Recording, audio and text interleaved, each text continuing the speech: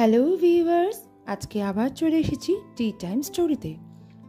আজকে আপনাদের কাছে একটা সায়েন্টিফিক ইনফরমেশন, যেটা দারুণ ইনভেনশন পৃথিবীর জন্য, আপনাদের সঙ্গে শেয়ার করতে এলাম।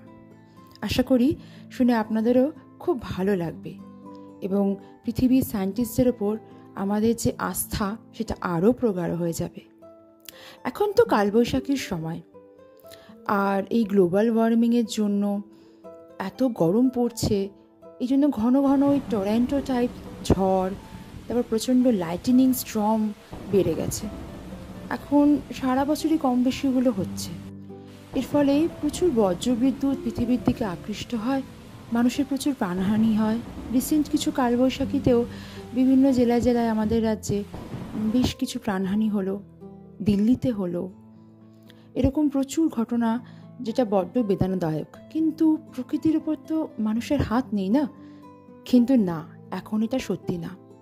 প্রকৃতিকে কাজে লাগিয়ে মানুষের প্রাণহানি কমানোও সম্ভব এখন, এবং প্রকৃতির সেই শক্তিকে নিজেদের সুবিধার্থে ব্যবহার করাটাও সম্ভব। এই অসাধ্য সাধন করেছে জাপানের বিজ্ঞানীরা। আজকে সেই খবরটা নিয়েই আপনাদের কাছে এই চায়ের আড্ডায় হাজির হলাম। জাপান 2 বছর ধরে অক্লান্ত পরিশ্রম করে একটা কন্ট্রোলিং লাইটনিং টেকনোলজি আবিষ্কার করেছে। এটা নিয়ে আমেরিকাও প্রচুর কাজ করছে সাকসেসফুলি, আর জাপান অলরেডি এটা করে দেখিয়ে দিল পৃথিবীকে। পৃথিবীতে আর আছড়ে পড়বে না বজ্র, মাঝ আকাশেই লুফে নেওয়ার ব্যবস্থা করেছে জাপান। জাপানের telecom giant Nippon Telegraph and telephone NTT পৃথিবীর প্রথম এমন একটি ড্রোন আবিষ্কার করেছে যা বিদ্যুৎপৃষ্ট হওয়ার হাত থেকে মানুষকে বাঁচাবে। এই ড্রোনটি আকাশের বজ্রবিদ্যুৎকে নিজের দিকে প্রথম আকৃষ্ট করে নেবে। মানে বজ্রবিদ্যুৎ পড়বে সেটার অপেক্ষা করবে না, যেই বজ্রবিদ্যুৎ সহ মেঘ জমা হবে আকাশে, এই ড্রোনটি সেই নির্দিষ্ট স্থানে পৌঁছে যাবে এবং মেঘের মধ্যে যে বজ্রবিদ্যুৎ সৃষ্টি হচ্ছে সেটা দেখে এই বজ্রবিদ্যুৎকে নিজের দিকে আকৃষ্ট করে নেবে। ড্রোনটাকে ঘিরে যে ইলেকট্রিক ফিল্ড আছে সেটি একটি ওয়্যার মানে তারের মাধ্যমে একটা লাইটনিং রড ক্রিয়েট করবে সোজা নিচের দিকে, এবং সেই বিদ্যুৎকে ওরা আকৃষ্ট করে নিরাপদ স্থানে ডিসচার্জ করে দেবে, যেটা আগে থেকেই ডিটারমাইন্ড করা থাকবে, সায়েন্টিস্টদের দ্বারা নির্দিষ্ট করা থাকবে।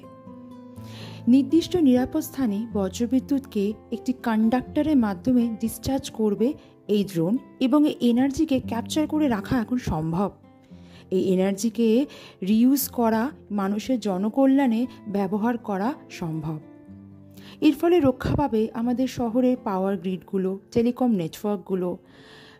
গ্রামেগঞ্জে আগুন লেগে যায়, খেতে ফসলে জঙ্গলে দাবানল সৃষ্টি হতে পারে, এর থেকে রক্ষা পাবে জঙ্গল ফরেস্টগুলো, মানুষের প্রাণহানিও কমবে। এই ড্রোনটি কভার করা থাকে একটি ধাতব বর্ম বা লাইটনিং প্রোটেক্টিং কেজ দিয়ে, যেটার নাম দেওয়া হয়েছে ফ্যারাডে কেজ। এর ফলে কি হবে, এই ড্রোনটির কিন্তু বজ্রবিদ্যুতের এত শক্তিতে কোনো ক্ষতি হবে না। এই ড্রোনটি 120 কিলো অ্যাম্পিয়ার কারেন্ট সহ্য করতে পারে, যা কিনা প্রকৃতি সৃষ্ট এই বজ্রবিদ্যুতের শক্তির তুলনায় 5 গুণ বেশি। মানুষ আজ অনেক কিছু করতে পারে। মানুষের মেধা, অধ্যবসায়, সমাজ কল্যাণের চেতনা মানুষকে আরও উন্নতির পথে নিয়ে চলুক, সেটাই আমাদের কামনা। মানুষ ভালো থাকুক, সব দেশের মানুষ ভালো থাকুক, সেটাই আমাদের প্রার্থনা।